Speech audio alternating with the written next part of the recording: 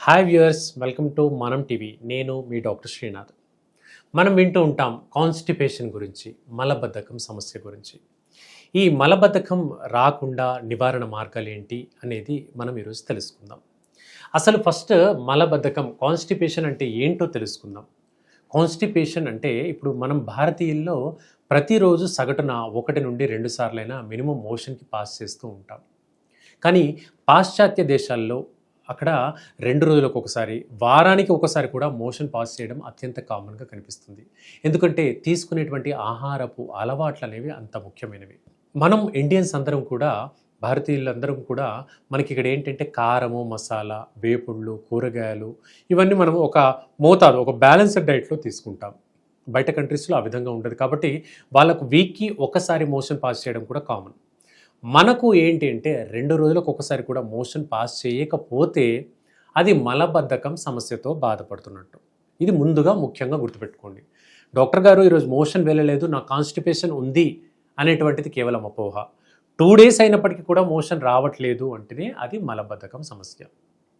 ఇది ఫస్ట్ గుర్తుపెట్టుకోవాల్సిన అంశం. ఇక ఈ మలబద్ధకం రావడానికి గల ముఖ్యమైన కారణాలు ఏంటి? వేళకు భోజనం చేయకపోవడం అనేది అత్యంత ముఖ్యమండి. రెండవది, తీసుకునేటువంటి ఆహారంలో నీటి శాతం తక్కువగా ఉండడం. అంటే జంక్ ఫుడ్ ఎక్కువగా తీసుకునే వ్యక్తుల్లో నీటి శాతం ఎక్కువగా ఉండడం. మైదా, పిండి పదార్థాలు అధికంగా తీసుకున్నప్పుడు నీటిని సరిగ్గా తీసుకోకపోతే ఇది కాన్స్టిపేషన్కి కారణమవుతుంది.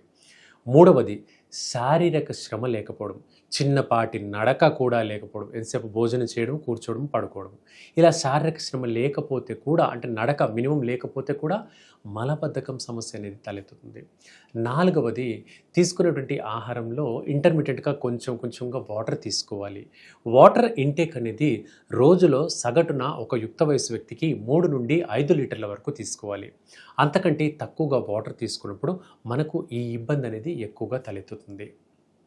ఐదవది, గతంలో మనకు పైల్స్ ప్రాబ్లం ఉండి, ఆ పైల్స్ ప్రాబ్లంకి సర్జరీ చేయించాము, సరిగ్గా ఇబ్బంది అనేది సాల్వ్ అవ్వకుండా అప్పుడప్పుడు తిరగబెడుతుంది అనేటువంటి వ్యక్తులకు మలబద్ధకం వచ్చేటువంటి లక్షణం అత్యంత కామన్గా కనిపిస్తుంది.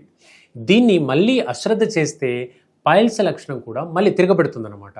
అంటే మలద్వారం దగ్గర ఉండేటువంటి రక్తనాళాలో వాపుకు గురయ్యి చిట్లి అందులో నుంచి బ్లీడింగ్ వస్తూ ఉంటుంది.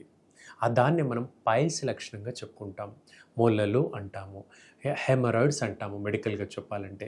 సో ఈ మొలల వల్ల ఆ భాగం దగ్గర మోషన్కి వెళ్ళినప్పుడు బాగా మొక్కడం మూలంగా నొప్పి ఏర్పడము, మంట ఏర్పడము, దురద ఏర్పడము, బ్లీడింగ్ అవ్వడము, కొన్నిసార్లు మోషన్కి వెళ్ళేసి వచ్చిన తర్వాత కూడా మంట విపరీతంగా ఒక గంట 2 గంటల పాటు కూడా ఉంటుంది. అంత తీవ్రంగా ఉంటుంది. సో ఈ మలబద్ధకాన్ని నివారించేందుకు మనం ఎక్కువగా నీటి శాతం 3 నుండి 5 లీటర్ వరకు తీసుకోండి.